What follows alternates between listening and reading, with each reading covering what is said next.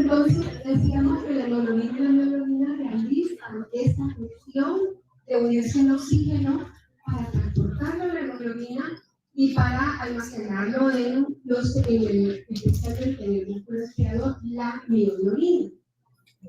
Son proteínas conjugadas. Esto vieron ustedes la clase anterior. Vieron que las proteínas conjugadas ven mejor así. Sí, yo casi no lo veo, pero bueno, hay rebote de sonido. Hoy el problema. No voy a tratar de poner así el micrófono.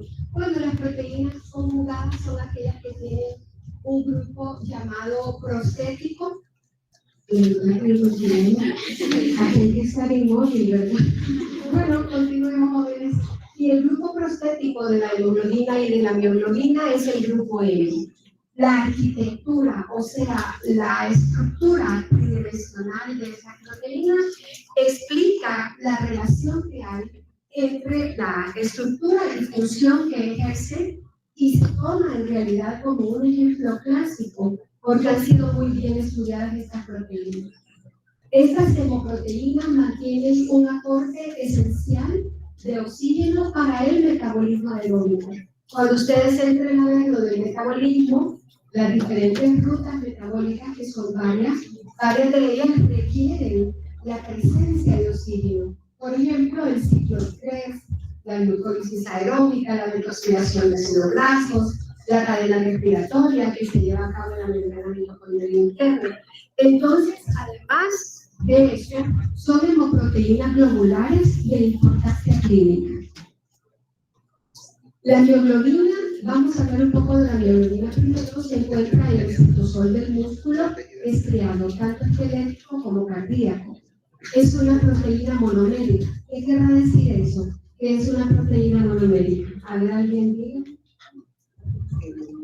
Quiero decirles que los contenidos de bioquímica son bastante grandes y que en cada clase se ven varios y diversos contenidos que tienen que ir estudiando la clase con tiempo, porque si pretenden estudiar las clases que se refuerzan con las discusiones de grupo y por supuesto con lo que ustedes estudian un día antes para un parcial, es seguramente un fracaso. Entonces desde ya tienen que ir estudiando. Bueno, una proteína monomérica porque mono quiere decir uno, tiene una sola cadena polipeptídica, es el músculo rojo, y se une fuertemente al oxígeno, sirviendo de reserva, ¿verdad? La mioglobina contra su carencia. Entonces la mioglobina almacena y transporta oxígeno localmente. Fíjense bien, localmente, no en sangre.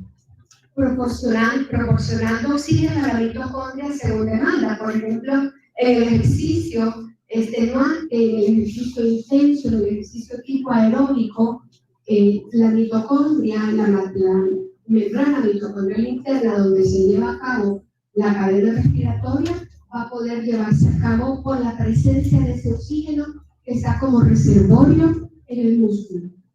Bueno, vamos a ver un poco, a ver si no me pasaron que soy bien sensible. Sí, varias. Bien, la hemoglobina, son generalidades ahorita. La hemoglobina es una proteína tetramérica, es decir, que tiene 4 cadenas polipeptídicas. Se encuentra en los eritrocitos y transporta oxígeno desde pulmones a los tejidos y desde tejidos a pulmones transporta CO2. Los eritrocitos humanos normales son discos bicóncavos pequeños. Aquí los estamos viendo.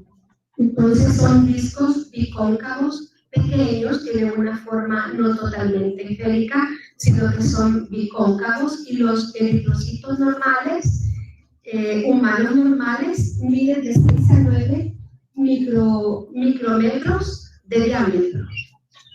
La vida media es de 120 días y transportan hemoglobina de los eritrocitos, aunque fíjense que en el libro de Carter, que es uno de los libros de la bibliografía, ustedes van a encontrar que Harper nos dice que la vida media de los eritrocitos es de 60 días, pero hasta ahora es la única literatura donde he encontrado eso, porque se maneja que es de 120 días.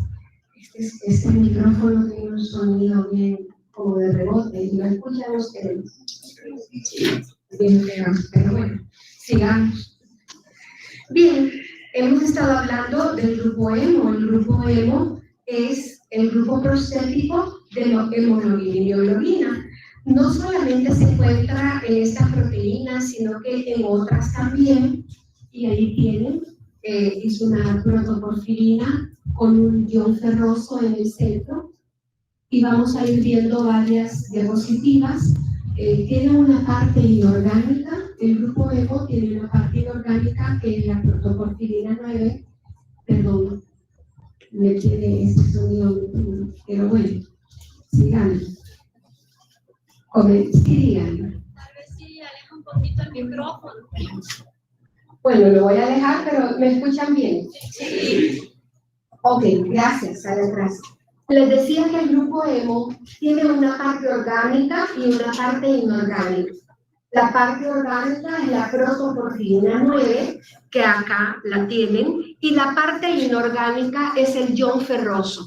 La protoporfirina 9 porque hay más protoporfirinas, pero la del grupo hemo de hemoglobina y mioglobina es la 9.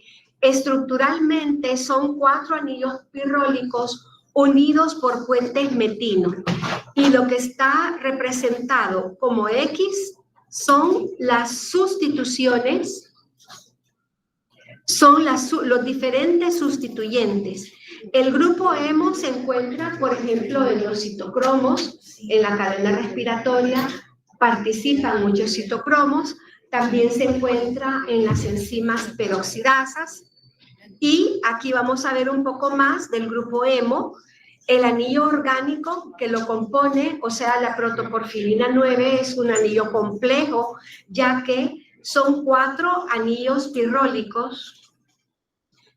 Son 4 anillos pirrólicos. Aquí tenemos un anillo pirrólico, este es otro anillo pirrólico, y aquí está el cuarto, los cuales están unidos entre sí por estos puentes o enlaces de tipo metino.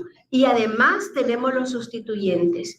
Y el hierro en estado ferroso es esencial para que estas proteínas puedan unir oxígeno. Si el hierro estuviera en estado férrico, no puede unir oxígeno. Bueno, las sustituciones ya las vimos, que hay sustituciones. Aquí vamos a ver más claramente las sustituciones.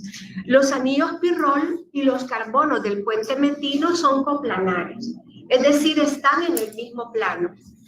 El hierro está dirigido en forma perpendicular y directamente por arriba del plano del hemo. Y por debajo, es decir, por debajo del plano, en posición beta, se encuentran los sustituyentes. Los sustituyentes son, vamos a comenzar de acá, metilo, vinilo, metilo, vinilo, metilo y 2 sustituyentes de propionato, es decir, del ácido propiónico en su forma aniónica por el medio fisiológico. Estos sustituyentes van a estar en forma de ion. Estos 2 sustituyentes propionato son importantes porque le están dando cierta polaridad a la molécula del hemo y a toda la molécula de hemoglobina, porque van a estar dirigidos hacia la superficie de esta molécula. Bien, aquí tenemos, déjenme ver que esto se pasa. Sí, estábamos acá. El hierro del grupo hemo, ustedes saben que el hierro en la tabla periódica lo reconocemos como un metal de transición. Los metales de transición tienen la particularidad de que varios de ellos pueden formar enlaces de coordinación.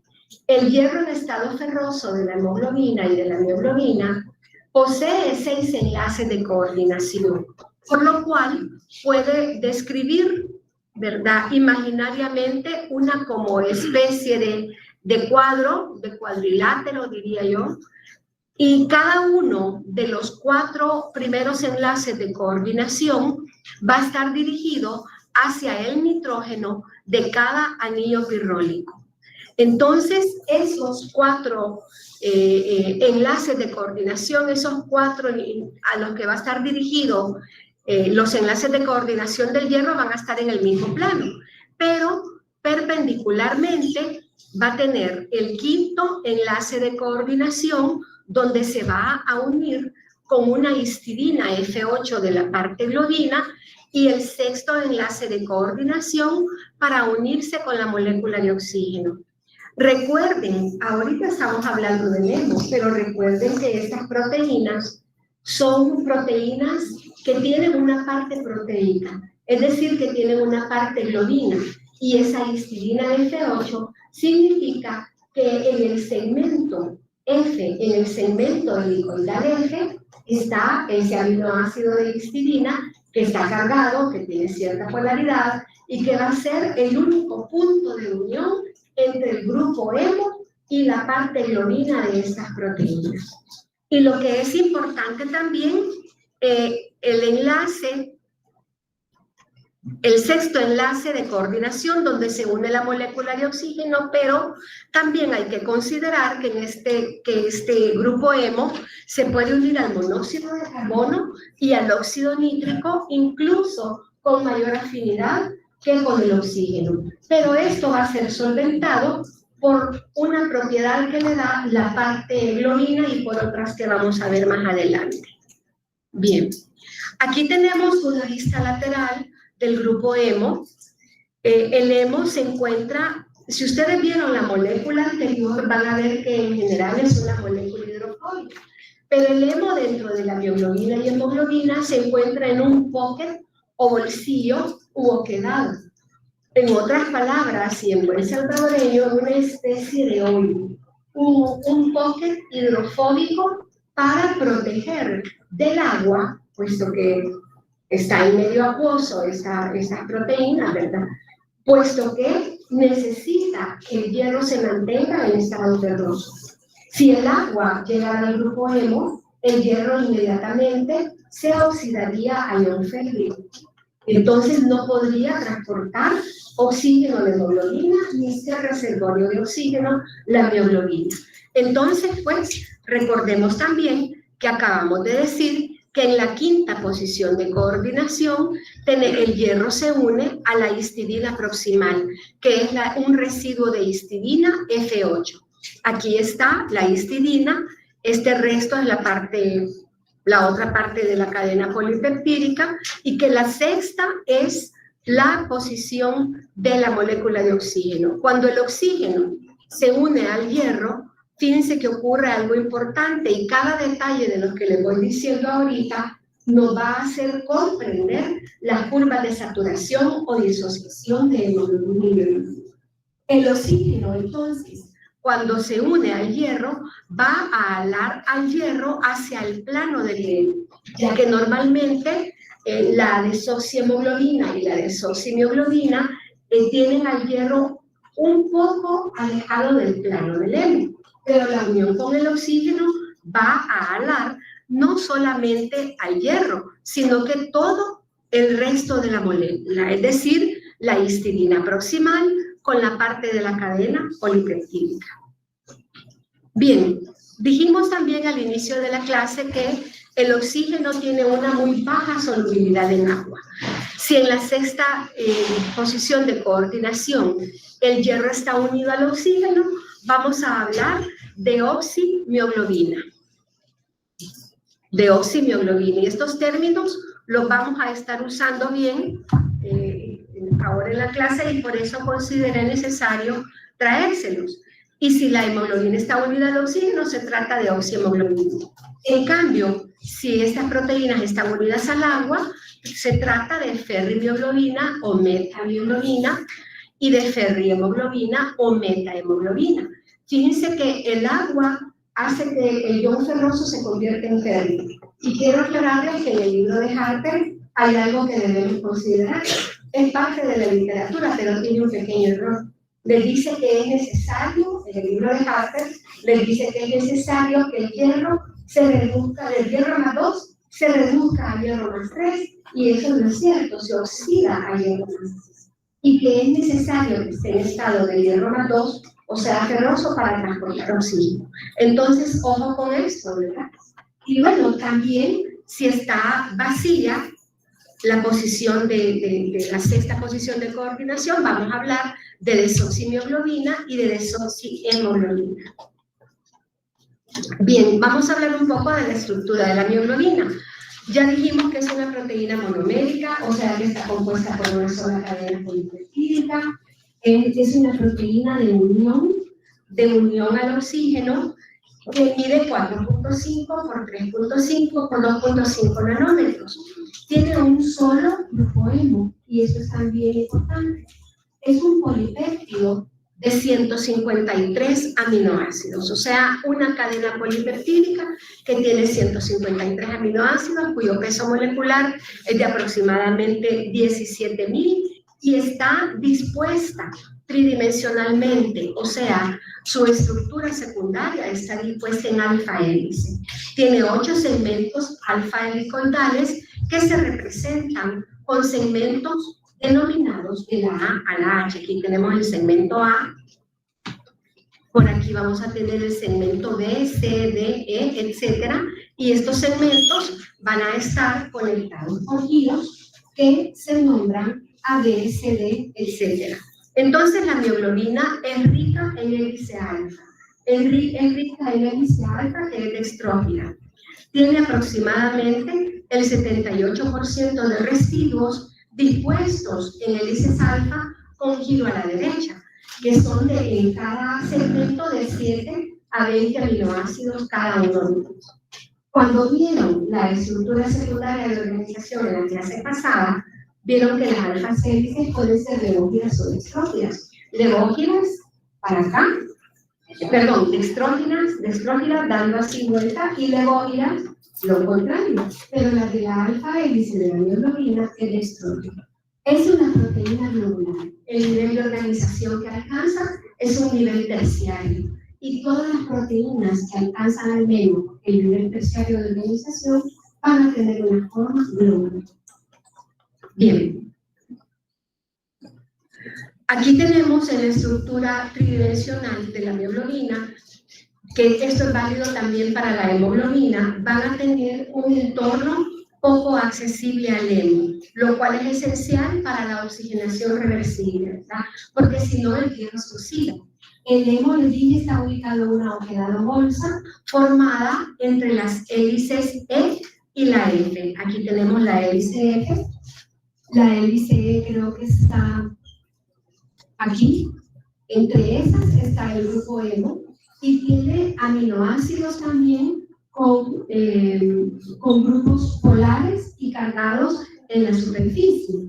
¿A qué creen ustedes que se deben estos grupos polares cargados que están en la superficie? A la presencia de propionato que tienen cierta polaridad, ¿verdad? Porque los propionatos son solamente 3 carbonos, están cargados, tienen oxígeno, tienen hidrógeno y tienen cierta polaridad.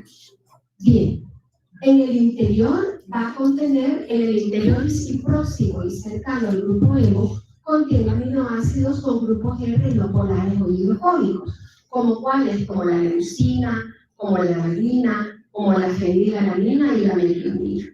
Las excepciones, o sea, las excepciones de esos aminoácidos cercanos al hemo van a ser en la posición, en las hélices E y F, ¿verdad? En la posición E está la histidina distal, que es la E7, y está próxima al grupo hemo, cerca del grupo hemo, y que está coloreada de azul, la histidina distal, que sería esta, y la histidina proximal, que está en color como naranja claro, que va a ser la F8 de la que ya hemos estado hablando. ¿Por qué estoy recalcando en estas dos histidinas? Porque cada una de ellas va a tener una función específica que va a realizar en la función biológica de estas proteínas.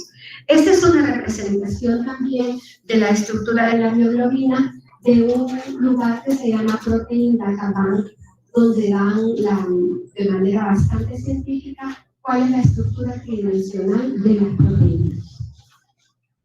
Aquí podemos ver quizás un poquito mejor, ¿verdad?, la estructura de la cadena beta con la histidina F8.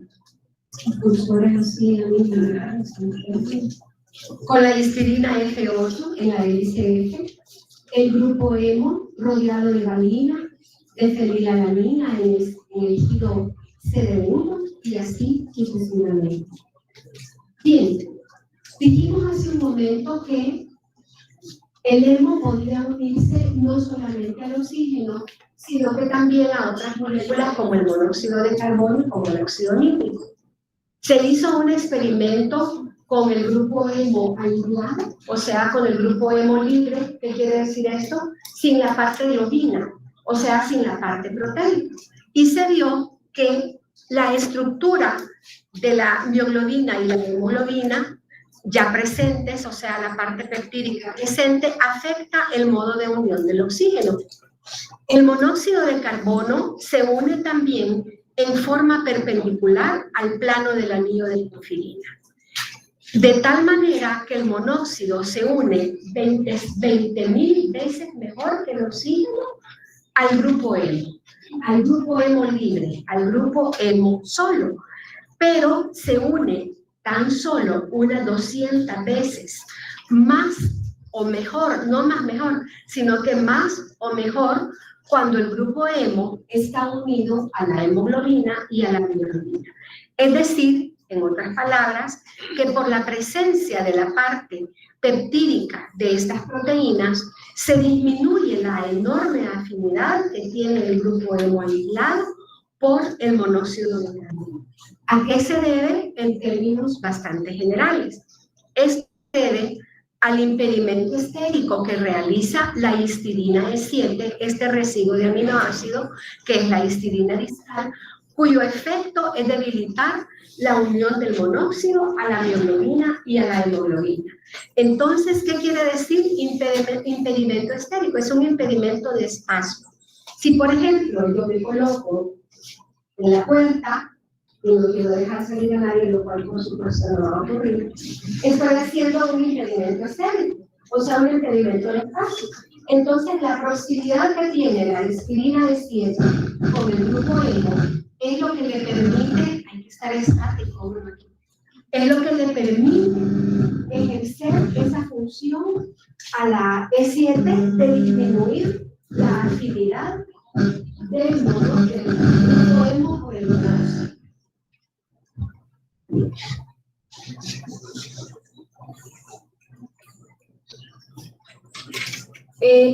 El ángulo de enlace con el que el oxígeno se une al hierro del hemo es en un ángulo que no es como el del monóxido, sino que ustedes están viendo ahí que al unirse el oxígeno al grupo hemo, forma un ángulo respecto al enlace hierro-oxígeno, que es una conformación del enlace facilitada en la mioglobina y también en la hemoglobina. También hay otra razón o hay otro factor que contribuye a que el hemo se una con mayor afinidad al oxígeno. Siempre el hemo sigue siendo muy afín por el monóxido, pero todos esos factores, el impedimento estérico de la histidina distal y este otro efecto de la histidina distal, es lo que va a hacer que la unión con el oxígeno sea óptima para la función que realizan estas proteínas. La afinidad, entonces dijimos, para el monóxido de carbono, la afinidad del hemo por el monóxido disminuye por la presencia de la histidina E7, pero al mismo tiempo el oxígeno unido al hierro del hemo forma un puente o enlace de hidrógeno, que es este, señalado con estas 3 rayitas en azul, forma un puente o enlace de hidrógeno entre el hidrógeno unido al nitrógeno de la histidina E7 y la molécula de oxígeno y un átomo de oxígeno, facilitando más la unión al oxígeno y evitando la unión al monóxido de carbono. Entonces, observen aquí, vemos varias cosas, además de la proximidad de la histidina distal, vemos la unión de la histidina F8 al grupo hemo a través de la 5ª posición de coordinación.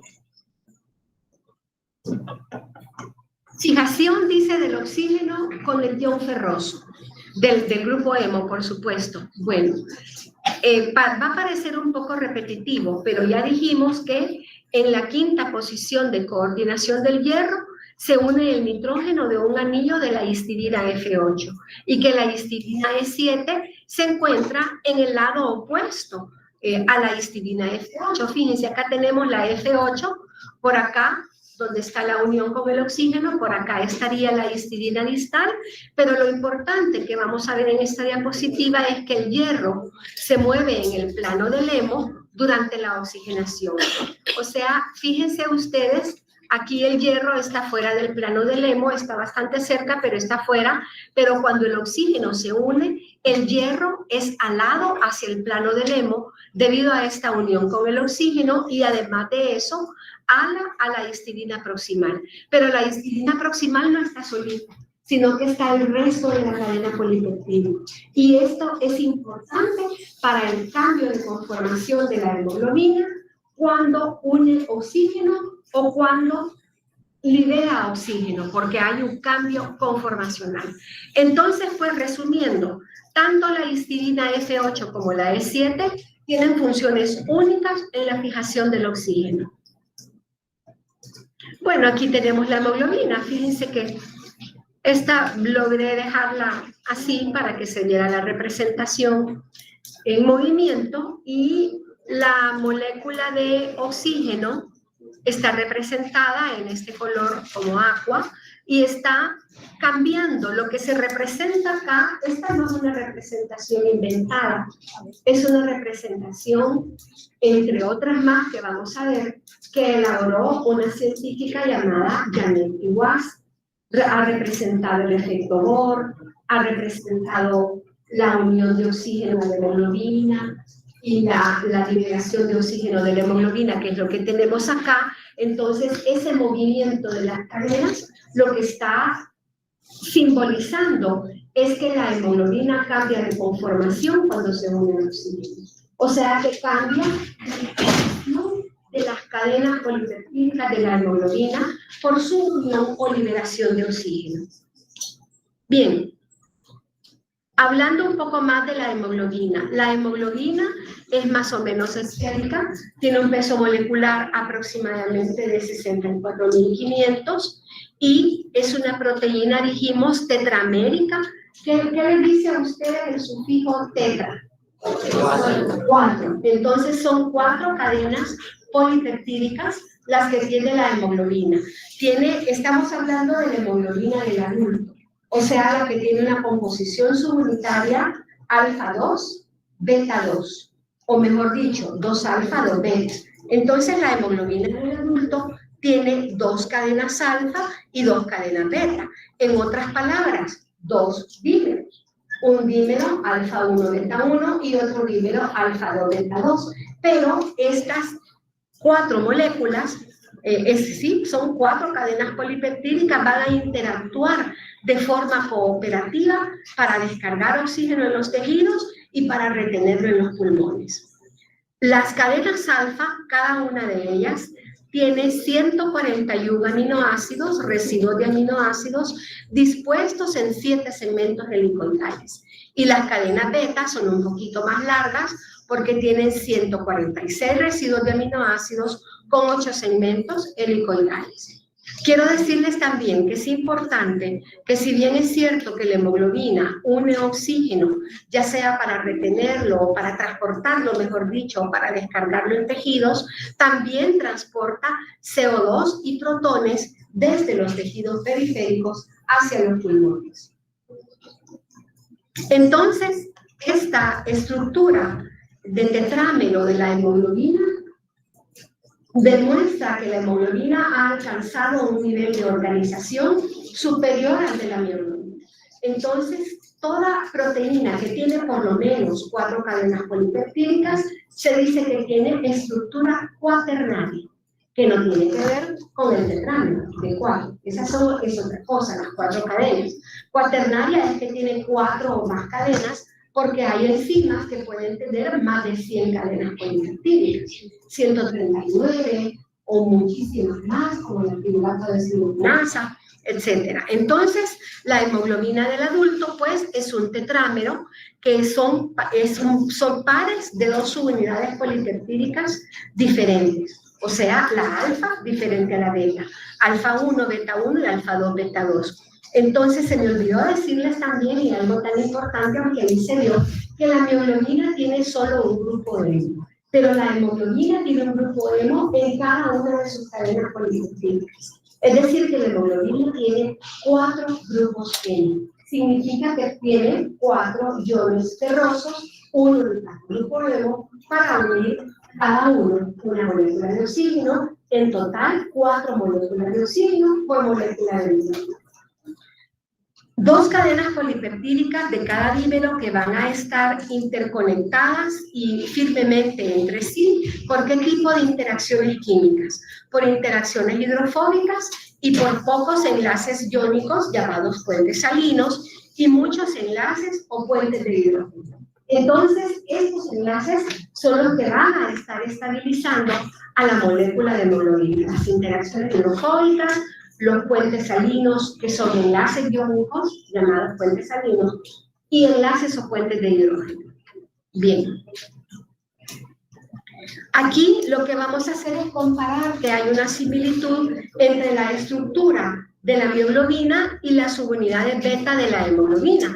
Comparten estructuras bastante similares. Es decir, que su estructura secundaria y terciaria, en resumen, su conformación es casi idéntica, ¿verdad? La mioglobina y la subunidad beta de la hemoglobina, pero también nos menciona la literatura que la mioglobina y las cadenas alfa tienen buenas similitudes. ¿Alguna pregunta, jóvenes? ¿Hasta ahora? Yo tengo una pregunta. Dígame. Pero es sobre cuando hablaba de la oxidación, que si no fue lo del póker, que si no estuviera ahí, se oxidaría. Entonces mi pregunta es, que usted dijo que los eritrocitos duraban 120 días. Cuando pasado ese tiempo, ¿tiene que ver eso de la oxidación en el deterioro de los...? No, su compañera nos pregunta que si tiene que ver la oxidación del hierro en condiciones normales. Ya estamos hablando no de metahemoglobinemia, sino que en condiciones normales, que como los eritrocitos tienen 120 días de vida promedio, su compañera pregunta que si eso tiene que ver con la oxidación del hierro. No. Los eritrocitos, le voy a explicar los dos escenarios. Uno, el normal. Los eritrocitos, como toda, no se consideran células por algunos autores, pero también tienen un tiempo de vida. Entonces hay un recambio normal de eritrocitos. Mueren a los 120 días la mayoría de ellos y así son formados y son renovados en la médula ósea, en el adulto y en el hígado en el feto, ¿verdad? Pero ¿qué sucede cuando hay oxidación anormalmente? Por ejemplo, en las metahemoglobinemias, que vamos a ver un poquito al final de la clase. En la metahemoglobinemia, si el hierro se oxida al ferroso férrico, entonces no va a poder transportar oxígeno. Y podría ser que llegue a lisis, o sea, a rompimiento de los glóbulos. Y podría presentarse anemia hemolítica. Bueno, continuando entonces.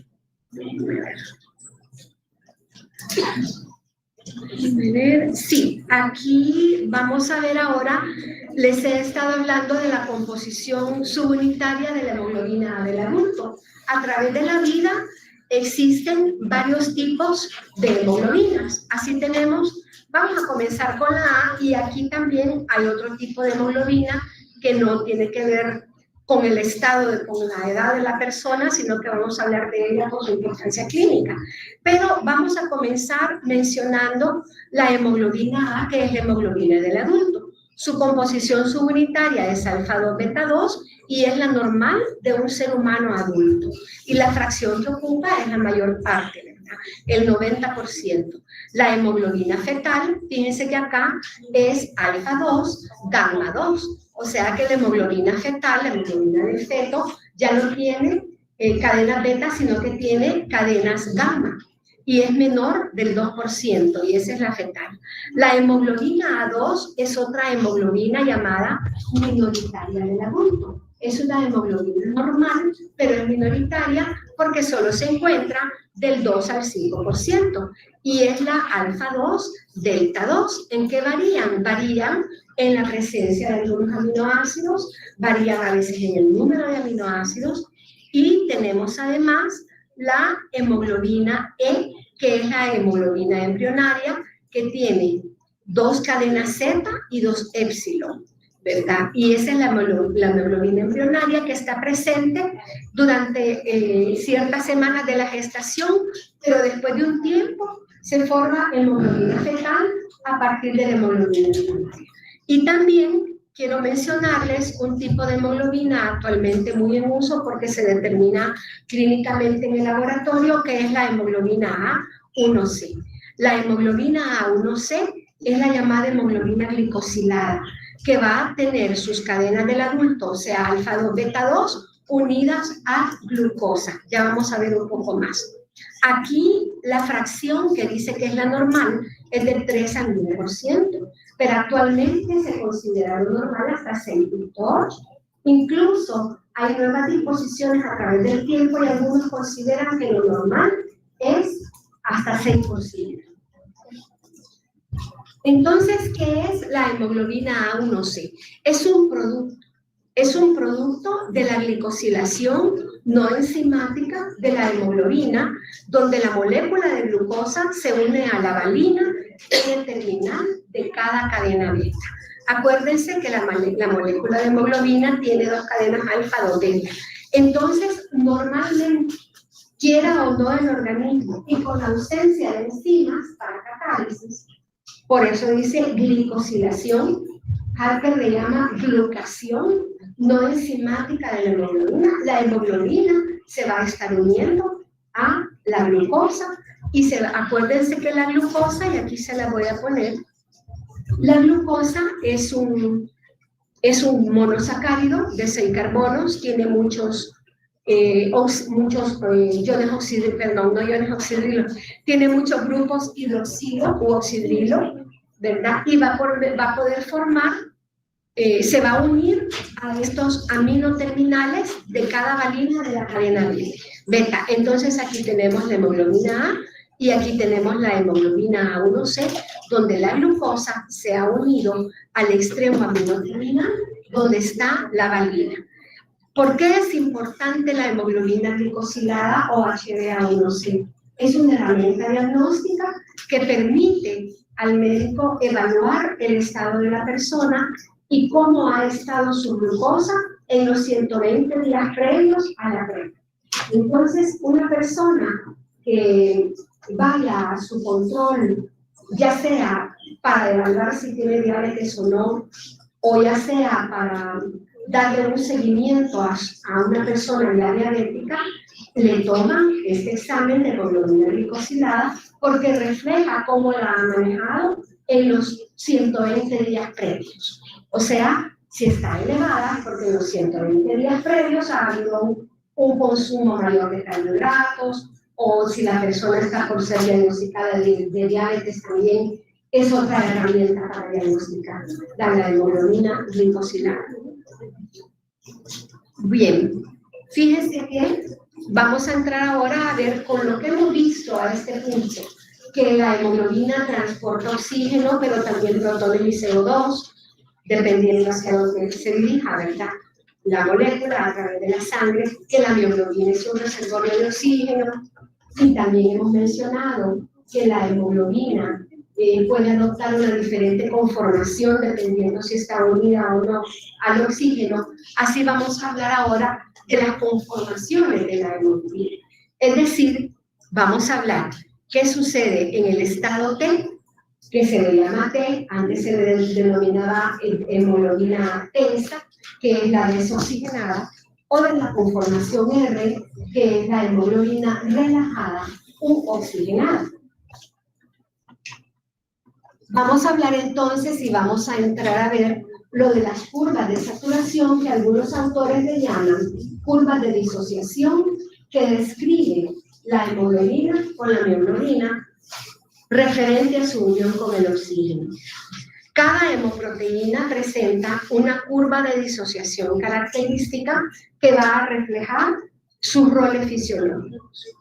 Entonces, la mioglobina, vamos a ver que muestra una hipérbola cuando graficamos el porcentaje de saturación y la presión parcial de oxígeno. Ustedes llevaron física, ¿verdad? Entonces saben cómo se elabora un gráfico, que hay un eje de ordenadas y un eje de las abscisas. Traigan a mente eso ahorita. Es cierto, me imagino que la llevaron en la virtualidad, pero eso es lo mínimo que se puede, incluso desde el bachillerato. Con respecto a la hemoglobina muestra una curva sigmoidea cuando se grafica el porcentaje de saturación con la presión parcial de oxígeno.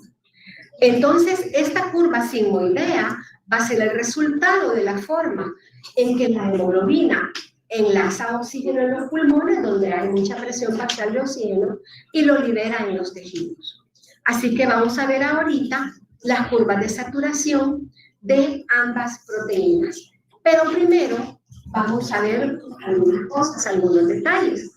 Les adelanté diciéndoles que se graficaba el porcentaje de saturación, o sea, el porcentaje en que cada una de estas proteínas se une o se satura con oxígeno, del 0 al 100%, y la presión gaseosa, o sea, la presión parcial de oxígeno dada en mililitros de mercurio o también en otras unidades. En las unidades que se debe hacer prácticamente la misma curva a la que se va a describir para cada una de estas proteínas. O sea, en el eje de las ordenadas, la curva, el porcentaje de saturación, en las abscisas, la presión de oxígeno. También vamos a definir qué es P50. P50 se le llama a la presión parcial de oxígeno que se necesita para saturar la mioglobina al 50%. Y esa presión parcial de oxígeno que se requiere para saturar a la mitad con oxígeno a la mioglobina es de 1 milímetro de mercurio, y lo tenemos acá señalado en rojo. Entonces, ¿qué significa? Necesitar solo 1 milímetro de mercurio de presión parcial de oxígeno para que la mioglobina se sature a la mitad con oxígeno.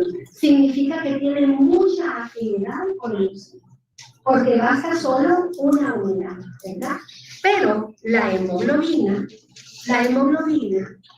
tiene también su propio P50, que es la presión parcial de oxígeno necesaria para saturar la hemoglobina al 50% y que es de 26 milímetros de mercurio. Y aquí tenemos señalado en azul, casi negro, que la P50 de la mioglobina es de 26. Quiere decir que se necesitan 26 milímetros de mercurio para que la hemoglobina se sature con oxígeno en un 50%. O sea, que esté a media saturación, ¿verdad?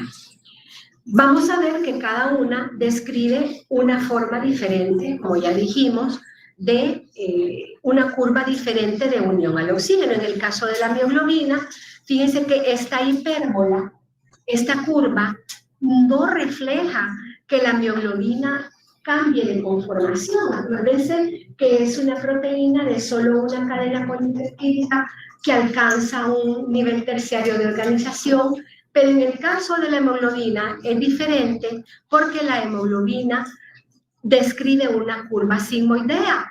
Esta curva sigmoidea quiere decir que la hemoglobina, debido a que va cambiando su conformación a medida que se va oxigenando, lo que se refleja en la curva, viendo que a medida que aumenta la presión parcial de oxígeno, la curva se va elevando más, o sea, se va haciendo más paradita.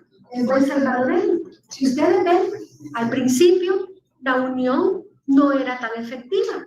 Después del P50 o desde antes, la curva se va haciendo más vertical hasta que llega un momento en el 100% de saturación, cuando encuentra en los pulmones una presión alta de oxígeno de este gas, donde se va a saturar al 100%.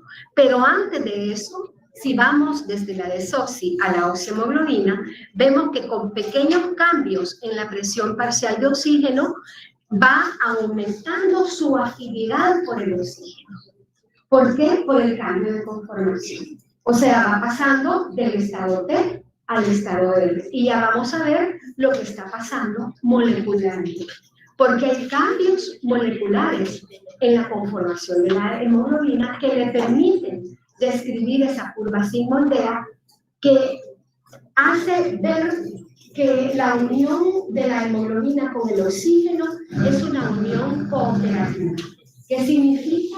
Que cuando se une el primer grupo hemo es un poco difícil, pero ya se rompen algunos enlaces y es más fácil que se una la segunda molécula de oxígeno, se van rompiendo más enlaces y es más fácil que se una la tercera molécula de oxígeno y la cuarta se une ya en forma prácticamente relajada. Y lo otro es bien importante y es la razón por la que la hemoglobina presenta estos cambios de conformación, es porque la hemoglobina es una proteína alostérica. Ya vamos a ver qué es alosterismo, que también lo van a usar para... ¿Qué es eso? Como que eran campanadas de reloj. ¿Alguien hizo una celular quizás? Bien. Bien, aquí tenemos quizás, sin tanta definición de P50 ni nada más, tenemos los procesos de oxigenación de hemoglobina y mioglobina.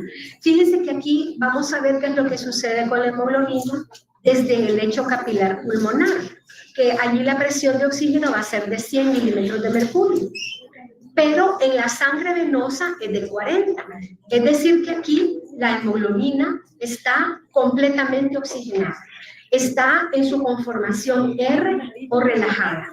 Entonces, a medida que va de los pulmones a través de la sangre arterial y llega a los tejidos periféricos, vemos que va disminuyendo la saturación de la hemoglobina. ¿Por qué? Porque la hemoglobina se va haciendo menos afín por el oxígeno. De manera que al llegar a la presión parcial de oxígeno de los tejidos, que es de 40, allí lo que va a suceder es que la hemoglobina va a cambiar totalmente su conformación y va a descargar todo el oxígeno que viene transportando. ¿Por qué lo va a poder descargar? Porque disminuyó su afinidad por el oxígeno. Es lo mismo con más complejidad en las relaciones humanas. Nosotros tenemos afinidad con ciertas personas, nuestros más amigos, y tendemos a estar juntos, a estudiar juntos, comer juntos, salir juntos, por poner un ejemplo. Un ejemplo un poco, no tan molecular, ¿verdad? Pero bueno, es un ejemplo. Entonces hay afinidad, pero por alguna razón, con otras personas no tenemos mucha afinidad y la dejamos así. Entonces así hace la hemoglobina. Se hace bien amiga del oxígeno en los pulmones, pero los tejidos ya no le dicen que voy a dejar donde te necesiten, ¿verdad? ¿Y qué necesitan los tejidos? Oxígeno. ¿Para qué? Para el metabolismo aeróbico.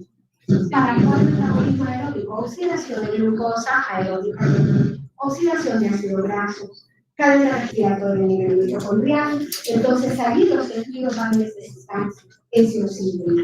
Y tiene la particularidad que va a ir cambiando su conformación porque es una molécula compleja. La hemoglobina es una proteína alostérica. Entonces va a disminuir su afinidad por el oxígeno al llegar a los tejidos, de manera que allí lo va a depositar. En cambio, con el caso de la mioglobina, en el músculo activo la presión de oxígeno es aproximadamente de 20. Pero hasta que esa presión baja a 5, la mioglobina va a liberar ese oxígeno. Cuando ocurre eso en el ejercicio extenuante, es decir, en el ejercicio intenso, cuando es necesario el reservorio de oxígeno que suelta la hemoglobina o que libera la hemoglobina, perdón, la mioglobina, para que allí del citosol pase a la mitocondria y se lleve a cabo la cadena respiratoria a nivel mitocondrial, por supuesto. Bien, fíjense que hablamos del alosterismo. El alosterismo, ¿qué significa? Significa alos, otro, y esteros, espacio. O sea que otro factor, ya sea el oxígeno, los protones, el CO2, la molécula de bisfosfoglicerado, van a tener un efecto sobre el cambio de conformación de la hemoglobina y por lo tanto sobre su afinidad por el oxígeno. ¿Qué sucede con la unión de una molécula de oxígeno en una subunidad? Veamos esto de acá abajo. Aquí está coloreada de rojo la hemoglobina oxigenada, pero en tono un poco más claro, como gris, la desoxiemoglobina. Esa es solo una porción, es una fracción para demostrar que al tener diferente conformación va a estar cambiando la forma de sus cadenas polipeptídicas. Entonces vimos hace unos minutos que lo que sucede cuando se une la primera molécula de oxígeno va a provocar al hierro del hemo, provoca el desplazamiento del hierro hacia el plano del grupo hemo. Pero ¿qué más sucedía? ¿Qué le sucedía a la histidina de F8? Se alaba. ¿Y la histidina de F8 dónde está? ¿Está en una cadena polipeptídica o está libre? En una cadena polipeptídica. Y fíjense bien, porque esto sirve mucho para la discusión y para el que se comprenda también la relación que tiene la estructura de la hemoglobina y hemoglobina con su función. Entonces cambia el oxígeno al hierro del hemo, al residuo de histidina proximal, a toda la cadena, pero ese cambio es a su vez transmitido a las subunidades vecinas, porque en las subunidades vecinas está ocurriendo lo mismo, la unión con el oxígeno, en cada una de las subunidades, siendo, digamos, afectada en su totalidad la estructura del hemoglobina. Entonces, en esta transición de tensa a relajada, lo que sucede, esto sucede en la oxigenación, fíjense, no en lo que estaba explicando ahorita. Aquí iríamos en la transición de relajada a tensa, donde hay mayor afinidad, de relajada a tensa disminuye la subunidad de la hemoglobina por el oxígeno, y de la tensa a la relajada aumenta la afinidad de la hemoglobina por el oxígeno debido al cambio conformacional. Bien, aquí hay quizás un poquito más a nivel molecular lo que sucede con la oxigenación de la hemoglobina. La oxigenación de la hemoglobina desencadena cambios de la conformación en la apoproteína. No solo cambios porque se unió con el hierro, que ahí el hierro siempre queda en estado ferroso, no se va a oxidar al unirse al oxígeno, sino que lo va a transportar del carbón ferroso. Pero en la apoproteína sí hay cambios, y fíjense acá, el cambio de posición de la hélice F. ¿Cuál es la hélice F? La hélice F es esta. Aquí no está unida al oxígeno, aquí a la izquierda. Aquí a la derecha sí está unida al oxígeno, ¿verdad? Este es el grupo hemo. Aquí ha llegado el oxígeno a unirse con este grupo hemo, y aquí se pueden ver ligeros cambios, pero hay cambios. Por ejemplo, la hélice F, la valina FG5 no está igual que ya unido el oxígeno, hay un cambio en la conformación, y así también en la leucina F4. Miren cómo está acá en el estado desoxigenado y cómo está acá en el estado oxigenado. Bien. Dijimos que habían interacciones, dijimos que la hemoglobina era una proteína tetramérica y que iban a haber interacciones que la estabilizaban, que esas interacciones eran fuerzas hidrofóbicas, que eran desagregos iónicos y también enlaces de hidrógeno. Entonces, las interacciones dominantes entre las subunidades de la hemoglobina son las que se dan en la unión alfa-1 beta-2. Entonces, las más fuertes entre las subunidades no son iguales. Al unirse el oxígeno se produce un cambio importante entre la alfa-1 y beta-2. Es decir, hemos estado diciendo, valga la redundancia, que cambia la conformación y que van a haber cambios en esa conformación debido a que hay un cambio en la disposición tridimensional, donde ocurren mayormente esos cambios entre la unidad alfa-1 y la beta-2. Entonces, donde se van a romper varios pares iónicos. Los pares iónicos es una de las fuerzas que estabilizan a la hemoglobina. Entonces, si se empiezan a desestabilizar, o sea, a medida que se une el oxígeno, se empiezan a romper puentes salinos, que son lo que dice acá. La unión del oxígeno estabiliza el estado R, pero ¿cómo lo va a hacer? Por el rompimiento de puentes salinos. Esa es una de las formas. Y aquí tenemos algunos pares iónicos que estabilizan el estado T de la hemoglobina. ¿Cómo es el estado T? ¿Oxigenado o desoxigenado? Desoxigenado. ¿Cómo va a estar estabilizado químicamente? Entre otras cosas, por puentes salinos. ¿Qué son los puentes salinos? Salinos en las iónicos. ¿Entre qué estructuras químicas o entre qué partes químicas de una molécula o de una cadena se pueden dar interacciones iónicas? ¿Entre cargas iguales o entre cargas opuestas? Entre cargas opuestas. Así como el sodio o el cloruro. Clásico, pero ese tiene que no ser. Y aquí estamos con química orgánica aplicándola a la bioquímica. Entonces, aquí tenemos, por ejemplo, las 4 cadenas de la hemoglobina, alfa 1, delta 1, alfa 2, beta 2. Entonces, los enlaces iónicos se van a establecer, por ejemplo, entre un residuo de aspartato que tiene carga negativa y un residuo de histamina que tiene carga positiva. Por eso es importante saber cómo son los grupos R de esos aminoácidos. Recuerden que vieron la clasificación de los aminoácidos en base a la polaridad de su grupo R. El aspartato, el glutamato son aminoácidos con carga negativa por su grupo R. La lisina, la lisina, la arginina tienen carga positiva por su grupo R. Entonces aquí, en la misma cadena, fíjense, en la misma cadena beta 2 se da este enlace iónico o puente salino.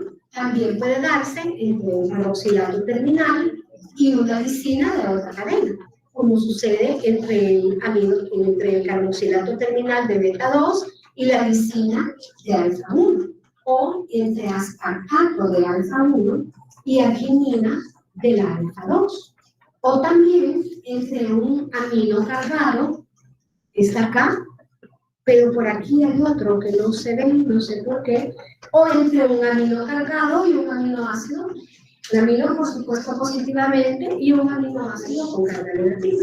Y así esos puentes salinos en hemoglobina densa o desoxigenada están allí, como dicen, incólumes, o sea, tensionando la molécula, pero llega la primera hidróxido, que dice aquí lengua, y empieza a romper los primeros puentes salinos.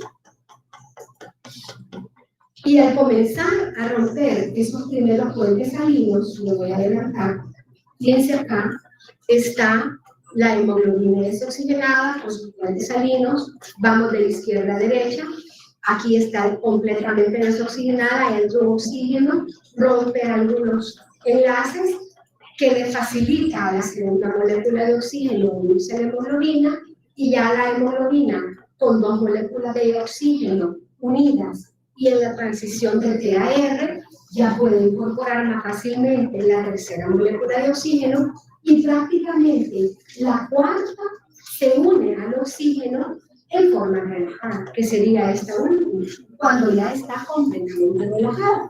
Pero ¿qué sucede? Y por eso dice acá, antes de seguir, la primera molécula de oxígeno que interacciona con la desoxihemoglobina se une en el estado T. Esta unión provoca cambios conformacionales crialinos. ¿Cuáles cambios conformacionales? Debido al rompimiento de puentes salinos, entre otros, en las subunidades vecinas, facilitando la unión de moléculas de oxígeno adicionales hasta que el cuarto oxígeno se une al hemo ya en estado R relajado. Y lo contrario, de oxigenada a desoxigenada, se van a ir formando puentes salinos. Ahora vamos acá de derecha a izquierda.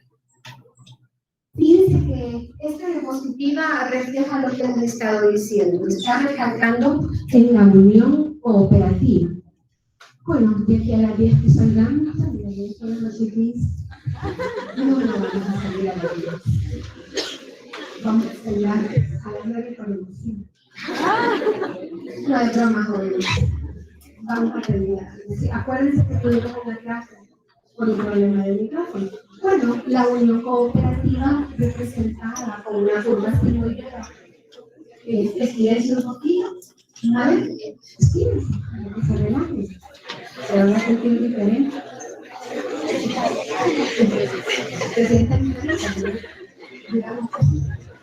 Bueno, aquí lo que vamos a resaltar es el cooperativismo. La unión cooperativa de los signos permite definir una curva sigmoidea que demuestra o refleja que la hemoglobina sea más sensible a pequeñas diferencias en la concentración de oxígeno entre los tejidos de los pulmones, permitiendo que la hemoglobina una oxígeno en los pulmones, como está acá, donde va a haber gran afinidad de la hemoglobina por el oxígeno, y lo libere en los tejidos, va a estar en su estado de baja afinidad, o sea, baja afinidad de la hemoglobina por el oxígeno, donde la presión de oxígeno es mucho menor. Estas unidades de acá de la presión de oxígeno son en kilopascales, y esta gráfica se ha ido, pero prácticamente la misma curva sigmoidea, solo que aquí está representada la propia curva sigmoidea, la alta afinidad en los pulmones, la baja afinidad por la hemoglobina, por el oxígeno de parte de la hemoglobina y los tejidos. Entonces, en estos tejidos permite que ocurra la descarga de oxígeno en la periferia. Ya lo vimos. Bueno, lástima, fíjense que esto no tiene movimiento, pero es en estado R, donde el oxígeno coloreado en rojo también es igual. No sé por qué no lo pude poner con movimiento. Está próximo a unirse con el oxígeno y aquí está liberando oxígeno en el estado B. Bueno, otro cambio que se da entre ambos estados, fíjense que hay una flecha roja, se me murió, es transición T, flecha AR, ¿verdad? La transición del estado tenso al relajado desplaza las parejas de subunidades, por supuesto, porque la conformación está cambiando. Al desplazar las parejas de subunidades, ya dijimos que afectan los palindrómicos, o sea, los puentes sanguíneos. Hay estrechamiento de la bolsa entre las subunidades beta. Aquí tenemos la beta 1, coloreada de azul, aquí tenemos la beta 2. Entonces aquí, en el estado T, entre esas subunidades es una bolsa más grande, o sea, un espacio más grande, pero ya cuando se une el oxígeno, que es el estado R, esta bolsa se estrecha, porque ha cambiado la conformación y las subunidades beta como que se acercan. Aquí lo podemos ver también, ¿verdad? El estado T, con su bolsa más amplia, en la cadena beta, y con su bolsa más pequeña en el estado beta.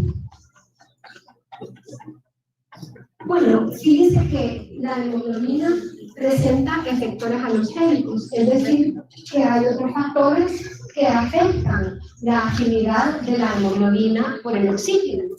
Vamos a ver primero cómo afecta el pH, cuál es el efecto del pH sobre la afinidad de la hemoglobina por el oxígeno. La disminución del pH da por resultado afinidad disminuida de la hemoglobina por el oxígeno, por lo que la curva se inclina a la derecha. O sea, la curva descrita es un resultado, en este caso, de la menor afinidad de la hemoglobina por el oxígeno. Vamos a ver qué sucede. ¿Cómo es la concentración de iones hidrógeno a menor pH? Alta es mayor, o sea, a menor pH, mayor concentración de iones hidrógeno.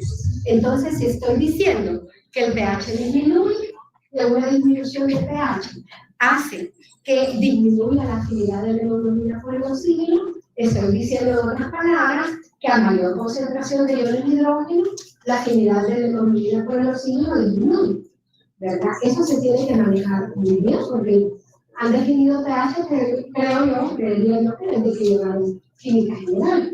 Bueno, entonces si por ejemplo estamos a un pH de 7.4, que es el pH fisiológico, y el pH disminuye a 7.2, quiere decir que va a haber mayor una afinidad disminuida de la hemoglobina por el oxígeno. O sea que lo va a liberar. En otras palabras, al encontrarse una mayor concentración de un hidrógeno, es decir, un menor pH, la afinidad de la hemoglobina por el oxígeno disminuye y la curva se hace a la derecha. ¿Por qué? Porque se necesita mayor presión parcial de oxígeno para alcanzar el P50. Por eso. Pero a menor pH, entonces, la mayor CO2 requerida para lograr una saturación determinada de oxígeno es mayor la presión de oxígeno, ¿verdad? Pero en los tejidos, ese pH puede llegar en algunos tejidos a 7.2. Y va a ser normal, porque cada tejido tiene también su normalidad. La mayoría está cercana a 7.4, pero en algunos va a ser 7.2. Y el fisiológico, que es el pH del líquido extracelular o pH de la sangre, sigue de 7.4. En el rango de 7.35 a 7.45, que ya no llegan ustedes que es normal.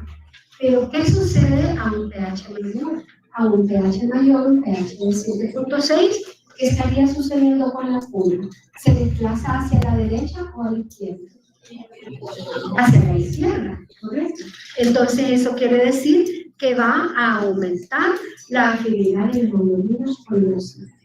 Y el otro factor que también interviene es la cantidad de CO2.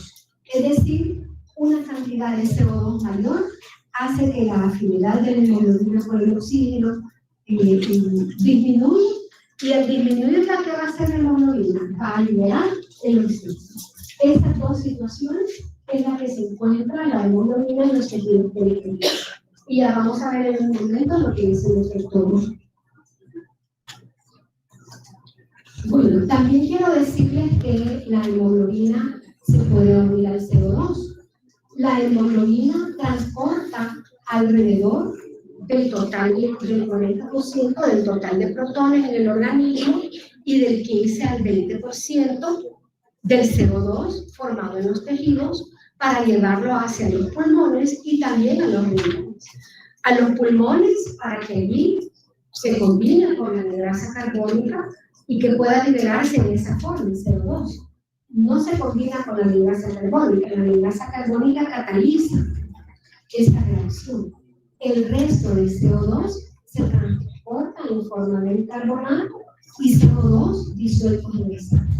Pero también algo del CO2 es transportado como carbonatos unido a los grupos alfa-amino del extremo amino terminal. Aquí está, de cada cadena de hemoglobina. Este es un residuo o extremo amino terminal de cada cadena de hemoglobina. Y es este extremo amino terminal el que se puede combinar con CO2 para formar un residuo carbamino terminal y que se va a llamar en total carbamino hemoglobina. O sea, la hemoglobina se puede unir también al CO2, no solo al monóxido. La unión del CO2 estabiliza la forma T de la hemoglobina, disminuyendo su afinidad por el oxígeno. O sea, aquí el hecho de que el CO2 se una a un residuo terminal va a estabilizar la molécula y va a favorecer la forma T, por lo que va a disminuir la afinidad de la hemoglobina por el oxígeno. Bien, aquí tenemos el efecto Bohr. Aquí está, digamos, en prosa. Un incremento en la concentración de protones promueve la liberación de oxígeno. Es lo que vimos hace un momento. En otras palabras, una disminución del pH hace que disminuya la afinidad de la hemoglobina por el oxígeno y lo libera o descarga. Cuando la hemoglobina libera oxígeno en tejidos periféricos, y esta es otra cosa también, otra función, capta CO2 y protones. La hemoglobina une los protones por cada oxígeno que libera. Fíjense que lo vamos a ver de una vez acá, en esta gráfica del efecto Bohr. Ubiquémonos aquí en este CO2 que está abajo. El CO2 y el agua son los productos finales de la oxidación completa de los combustibles. El CO2 se produce en el ciclo de Krebs. En el CO2 ocurre la oxidación primaria, no la única, porque en el organismo se da una oxidación paulatina, o sea, en diferentes pasos del metabolismo para que al final, en la vía central aeróbica, que es el ciclo de Krebs, confluye la oxidación del combustible y que ahí se produzca CO2. Entonces, el CO2, generado en el ciclo de Krebs más agua, por medio de la enzima de grasa carbónica, produce ácido carbónico. Dos moléculas de CO2 más de agua producen dos de ácido carbónico que se disocian espontáneamente a 2 protones y 2 aniones bicarbonatos. ¿Qué van a dar estos protones en los tejidos periféricos? Mayor concentración de hidrógeno, o sea, menor pH. Llega la hemoglobina oxigenada y al encontrarse con esa mayor acidez o menor pH, va a liberar los oxígenos y por cada 2 protones que la hemoglobina toma ya en forma tensa, libera 4 moléculas de oxígeno que traía desde los pulmones a través de la sangre arterial.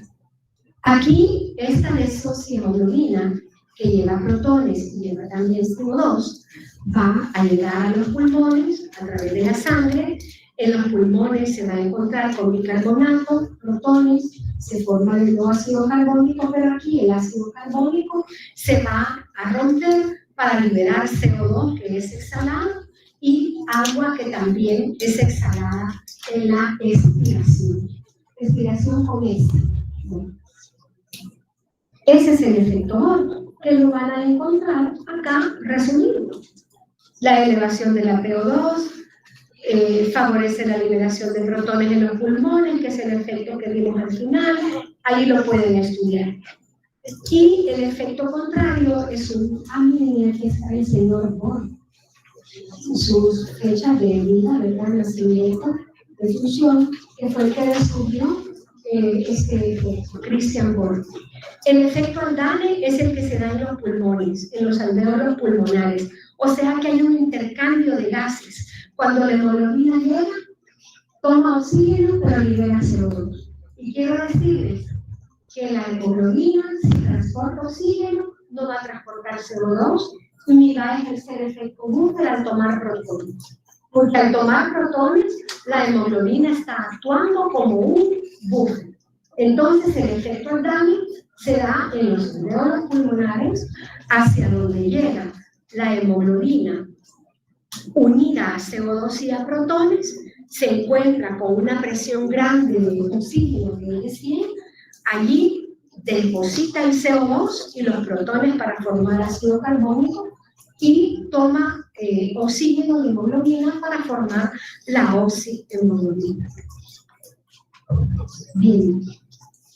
El otro efector alostérico que vamos a ver ahora es un compuesto llamado, es un intermediario metabólico llamado 2,3-bifosfoglicerato. Aunque ustedes no han visto, porque no hemos entrado a las vías metabólicas, no han visto todavía la primera vía de oxidación de la glucosa, que es la glucólisis. ¿De dónde viene el 2,3-bifosfoglicerato? Viene de otro compuesto llamado 1,3-bisfosfoglicerato, el cual da origen al 2,3-bisfosfoglicerato.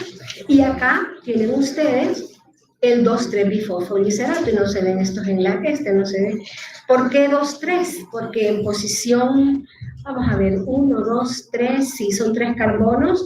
En posición 2 tiene un grupo fosforilo o fosfato, y en posición 3 tiene otro grupo fosforilo. Por eso se llama 2,3-bis, porque están contiguos los fosforilos, 2,3-bisfosfoglicerato. Entonces, el 2,3-bisfosfoglicerato se encuentra en una concentración normal en la sangre de 5 milimoles por litro. El 2,3-bisfosfoglicerato se une a la hemoglobina en una cavidad que existe entre sus subunidades beta.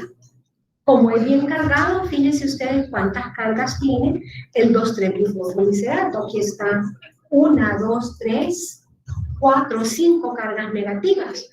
Ya les voy a decir cómo es que se une. Esto da como resultado, o sea, la unión del 2,3-bisfosfoglicerato a la cavidad que se da, que se forma entre las subunidades beta, tiene como efecto que disminuya la afinidad de la hemoglobina con el oxígeno y de esa manera estabiliza el estado T de la hemoglobina. Ya vimos que el aumento de protones, o sea, el menor que hay, el aumento de la concentración de CO2 y ahora el 2,3-bifosfolisato van a estabilizar la forma T de la hemoglobina. Bien, y aquí tenemos, fíjense, aquí tenemos la fijación del 2,3-bifosfoliserato por la desoxiemoglobina. O sea, la desoxiemoglobina es la que puede unir al 2,3-bifosfoliserato. Aquí tenemos la cadena beta 1, aquí tenemos la cadena beta 2. Como dijimos que es un compuesto con varias cargas negativas, en esta posición, en cada cadena beta, va a estar la histidina 143, que es positiva, uniéndose con esta carga del 2,3-bifosfoliserato. Aquí está otra histidina 143 en beta 1. También hay lisina 82 que tiene carga positiva, se atrae con una carga negativa de este 2,3-bifosfoliserato. Y aquí dice histidina 2. Esta gráfica, este esquema de Baines, es la histidina 21. En Harper sí está correcto, no es histidina 2. Quizás el 1 no le salió. Pero bueno, ¿cuál es la importancia de este 2,3-bifosfoliserato que afecta la afinidad de la hemoglobina por el oxígeno? En esta gráfica podemos ver que en la sangre normal hay una concentración, como les decía, de 5 milimoles por litro de 2,3-bifosfoliserato. Pero esta sustancia, este compuesto 2,3-bifosfoliserato, es el que permite al organismo adaptarse a las alturas. Cuando nosotros subimos a un lugar muy alto, por ejemplo, si fuéramos al volcán del Izalco, hasta el cono, tengan cuidado porque a veces se quedan ahí hasta en la noche, o al Machu Picchu, tienen que tener una adaptación. ¿Cuál es la adaptación? Producir mayor cantidad de 2,3-bifosfoliserato. De manera, pues, que puede llegar el 2,3-bifosfoliserato a una concentración de 8 milimoles por litro en la sangre de personas adaptadas a grandes altitudes. ¿Qué vemos que está haciendo? La curva se desplaza hacia la derecha. ¿Qué significa? ¿Qué se necesita a grandes alturas? Como la presión parcial de oxígeno es menor, se necesita oxígeno. Entonces, si el 2,3-bifosfoliserato disminuye la afinidad de la hemoglobina por el oxígeno, significa que va a estar descargando más oxígeno y la persona va a tener una adaptación a esa altura. Pero ¿qué sucede si no existiera 2,3-bifosfoliserato o si la hemoglobina está desprovista de que se sitúe entre las cadenas beta y 2,3-bifosfoliserato? Va a describir una hipérbola. O sea que esa hemoglobina sin 2,3-bifosfoliserato va a tener una gran afinidad por el oxígeno. Por eso, si no me equivoco, una de las determinaciones que se hace a la sangre de las personas que son donantes es la concentración de 2,3-bifosfoliserato. Bien. ¿Hay clase? No, pero no sé si tiene actividad ahí. Antes no se sabía, sí, pero a veces la mayoría. ¿Tiene actividad luego? No, yo le dije que a las 10 vamos a seguir. Ah, va. Ya está. No, doctor, no estoy porque no estoy saliendo. Papá. Sí, porque hemos tenido problemas también. Sí, por eso. Bueno, entonces, pues, aquí está un resumen de lo que les estaba diciendo, que el papel del 2,3-bifosfoliserato se une solo a la forma T, que sin 2,3-bifosfoliserato habría mucha afinidad con el oxígeno, que habría poca cooperatividad, etc. Esto es un resumen de lo que estábamos viendo. Tenemos, déjenme ver, ahí aquí está el 2,3-bifosfoliserato con sus cargas negativas próximas a esos cargas positivas que están con los residuos de aminoácidos con carga positiva entre las cadenas beta. Y las variantes moleculares de la hemoglobina, fíjense que esto es importante. Vimos que la composición subunitaria de la hemoglobina fetal era de alfa-2 gamma-2. Aquí lo que sucede es que estructuralmente lo que está sucediendo es que me fui muy adelante, aquí está. Las cadenas gamma son las que están presentes en la hemoglobina fetal en lugar de la beta, pero en las cadenas gamma, la histilina 143, que es normal en la beta, ha sido sustituida por residuo de aminoácido llamado serina. Y ustedes saben que la serina es un aminoácido polar, pero sin carga. Tiene polaridad, pero no tiene carga. Entonces, al haber serina, lo que va a suceder es que va a haber menor afinidad por el 2,3-bifosfoliserato, porque en lugar de histilina 143 con carga positiva, la serina no va a poder realizar esa atracción de cargas opuestas y no se va a colocar ahí el 2,3-bifosfoliserato. Va a haber menor cantidad de 2,3-bifosfoliserato por la falta de esa histilina 143. Pero esto tiene un efecto. El efecto va a ser que la hemoglobina fetal va a tener mayor afinidad por el oxígeno. Eso permite que haya transferencia de oxígeno desde la hemoglobina materna, lo cual está reflejado en esta gráfica. En los eritrocitos maternos, donde sí hay cadena beta, va a transferir el oxígeno hacia la hemoglobina fetal porque tiene mayor afinidad la hemoglobina fetal por el oxígeno que la materna. Bien, ese es un resumen de lo que hacen los tres efectos alostéricos de los que hemos estado hablando. mayor concentración de protones, mayor concentración de CO2 y el 2,3-bifosfoliserato. Para finalizar, vamos a hablar un poco de las hemoglobinopatías. Estas son enfermedades relacionadas o condiciones patológicas relacionadas con la hemoglobina. Lo van a ver más ampliamente en la discusión de hoy.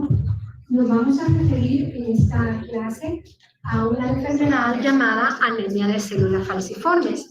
La anemia de células falciformes permite que la composición subunitaria de la hemoglobina anormal, que va a ser la hemoglobina S, sea de alfa 2, beta S2. Es una alteración homocigota recesiva, o sea, es una enfermedad heredada, es una enfermedad genética y se presenta la llamada anemia falciforme.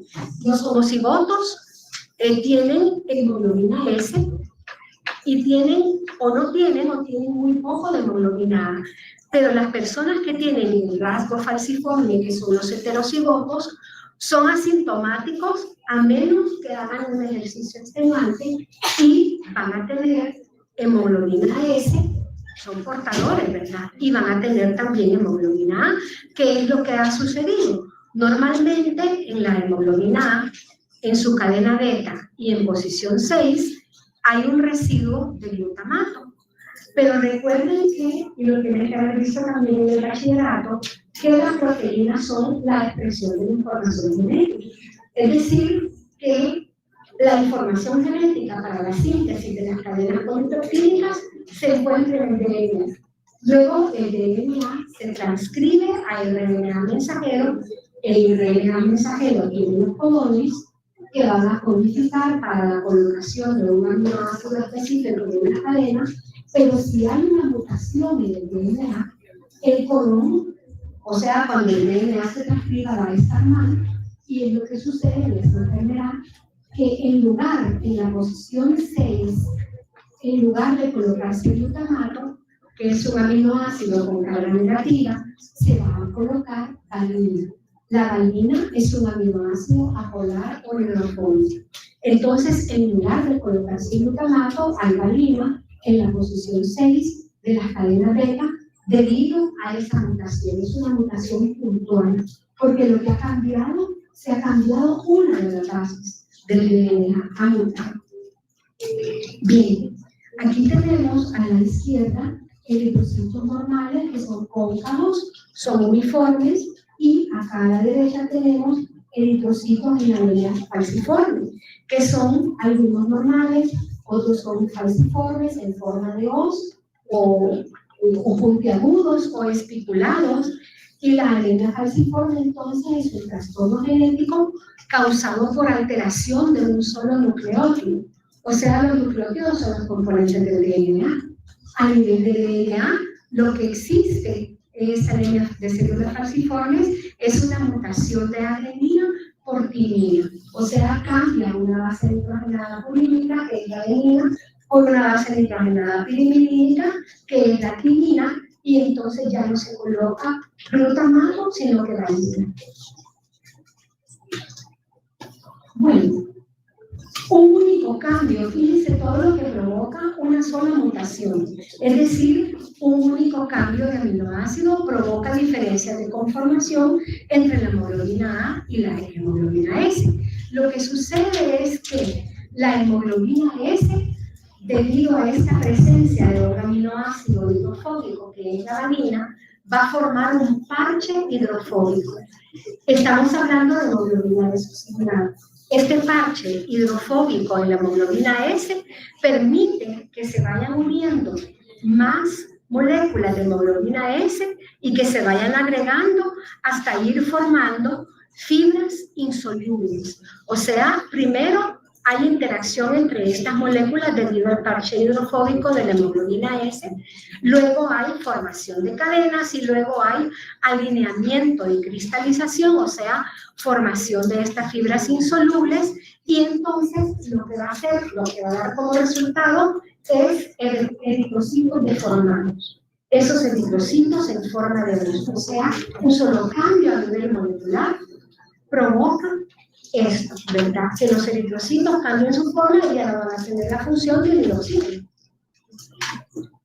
Acá les he querido traer esto que quizás donde se ve mejor lo del saliente o parche hidrofóbico, donde en lugar de glutamato en posición 6 hay valina de las beta-globinas. Entonces el resultado del cambio de un solo aminoácido hace que haya una conformación diferente de hemoglobina S, formando pues estas fibras.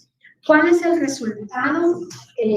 Ya le lo mismo, pues la anemia celular falciformes, que es una enfermedad dolorosa, que puede ser mortal si no es tratada a tiempo, que hay crisis recurrentes cuando hay ejercicio físico, porque la demanda de oxígeno pues sería mayor, se manifiesta con debilidad, con vértigo, falta de aire, aumento del pulso y de los soplos cardíacos, y aquí tenemos unos eritrocitos falciformes que ocluyen, o sea que están haciendo ahí un bloqueo a nivel del vaso sanguíneo, lo que va a dar como resultado hipoxia y necrosis de tejido. Este es del libro de Marx. Entonces, el contenido de hemoglobina normal va a ser mitad de lo normal, valga la redundancia. Los eritrocitos son frágiles, se rompen fácilmente, o sea, va a haber lisis de eritrocitos y por eso hay anemia. Los capilares están bloqueados, acá como lo estamos viendo, provocando intenso dolor. En los heterocigotos hay, lo que se ha descubierto es que hay resistencia, en los heteros, no en los homos, hay resistencia a formas letales de malaria. Que allí en los heterocigotos la malaria es más leve porque las personas tienen el rasgo de células falciformes. Finalmente, hablar un poquito de las metahemoglobinemias. El hierro es férrico en las metahemoglobinemias en lugar de ferroso, por lo que la metahemoglobina no puede transportar oxígeno, ¿verdad? No puede unirse ni transportarlo al oxígeno. Normalmente nosotros tenemos una enzima llamada metahemoglobina reductasa que va a reducir al hierro a ferroso para que este hierro ferroso cumpla su función normal. Causas de que aparezca metahemoglobina: el uso de sulfonaminas, también hay una hemoglobina N que es hereditaria y también la actividad reducida de la enzima metahemoglobina reductasa. Bueno, jóvenes, eso es todo lo que tenía para ustedes. Muchas gracias.